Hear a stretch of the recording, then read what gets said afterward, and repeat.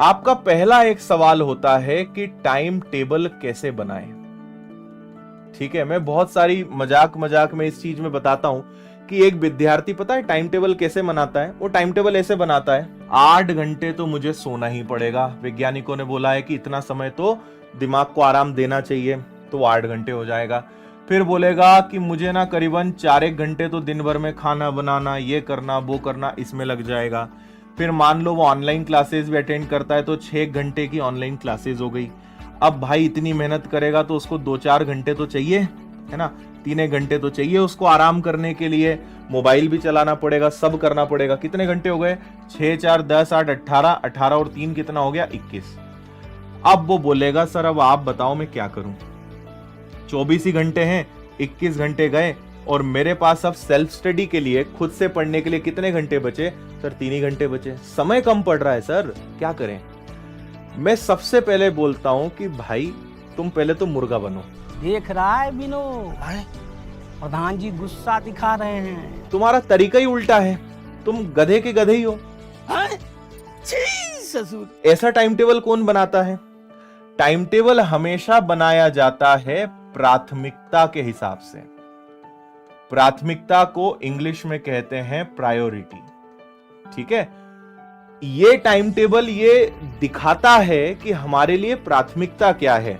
हमारे लिए प्राथमिकता है सोना, हमारे लिए प्राथमिकता है 2-4 घंटे खाना, आना जाना, आराम करना, क्लासेस अटेंड करना, और बच जाए तो सेल्फ स्टडी करना। अब जो सफल होते हैं, है ना, वो उल्टा शुरू करते हैं। आपकी प्राथमिकता ही सोना है, आपकी प्राथमिकता ही बाकी चीजें हैं।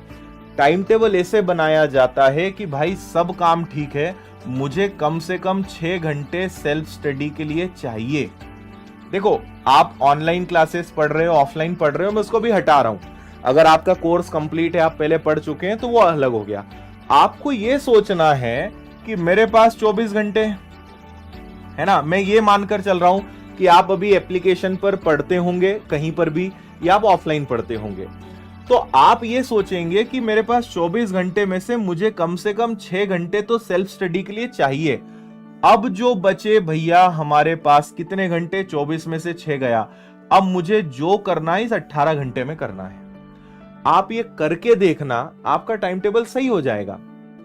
आपके फर्स्ट नंबर पे जो आना चाहिए वो लास्ट पे आ रहा है, तो आपको रिजल्ट कहां से मिलेगा? आप नींद अच्छी ले पा रहे हो बस, और नींद भी क्या ले पा रहे हो? सोने का ठिकाना नहीं है। सोचते इतने बजे सोना है, सो पाते नहीं हो। सोचते हो आज तो पक्का 11 बजे सोना है, फिर वो 1 बज जाता है, 2 बज जाता है। कई लोग तो 3-3, 4-4 बजे तक जाग रहे हैं। जो रील्स खोला, मोबाइल चलाया, यूट्यूब चलाया, पता ही नहीं चल रहा, 1-1, 2-2 घंटे यूं बीत जाते हैं। फिर सोचते कल से पक्का सोएंगे और कल से ये जो है ना बेकार यंत्र, इसको पटक देंगे, लेकिन वो कल फिर वैसे निकल जाता है। हमारे ऊपर अपना आत्म नियंत्रण ही नहीं है, सेल्फ कंट्रोल ही नहीं है।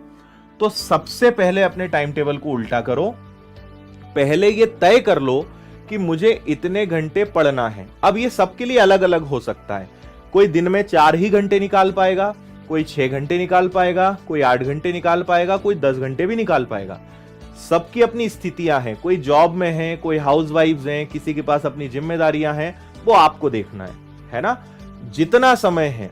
और मैं आपको बताऊं, अगर मैं सिर्फ यूपीएससी को साइड कर दूं ना, या एक बार के लिए एमपीपीएससी को साइड कर दूं, तो SSC, railway, banking, police, sub inspector, ये इतने छोटे एग्जाम्स हैं कि अगर कोई व्यक्ति 6-7 घंटे भी ढंग से पढ़ लेना रोज, यूं ही निकाल ले, और निकाल ले क्या, टॉप कर ले। कोई बड़े एग्जाम्स नहीं है भाई, इतने कठिन एग्जाम इस दुनिया में हैं। और जब वहां से कंपेयर करोगे तो तुम्हें SSC, bank, railway, SI, police कुछ नहीं रखा है। सबसे इंपॉर्टेंट क्या है? रोज 6 घंटे कंटिन्यू पढ़ना। ये कठिन काम है, आपसे रोज ये नहीं किया जाता है। ये कर लोगे, जिस एग्जाम में बैठोगे वो निकलेगा।